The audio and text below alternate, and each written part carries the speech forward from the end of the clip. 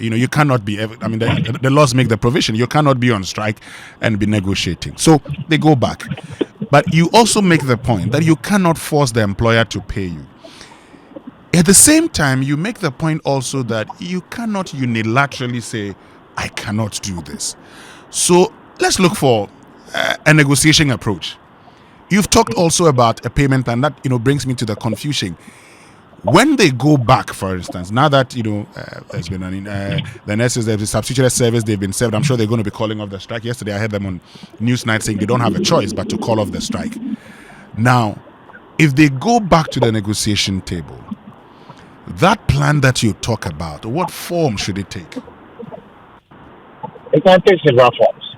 Okay. For instance, the teaching hospitals, they have a system in place that can pay the people who are there and relieve the direct exchequer from being the one paying. I'm just giving you one example. Okay. Panebo teaching hospital can pay. Kumasi teaching hospital can pay. Maybe Tamale teaching hospital can pay. Maybe X can pay. Maybe a certain child institution can pay. Look, so it is not for them to be on strike and be somewhere and not being at the negotiation table. If I were to be sitting between them, I can guarantee you not more than 90 minutes, this matter will be over. So if I get you, 90 minutes, this matter will be over.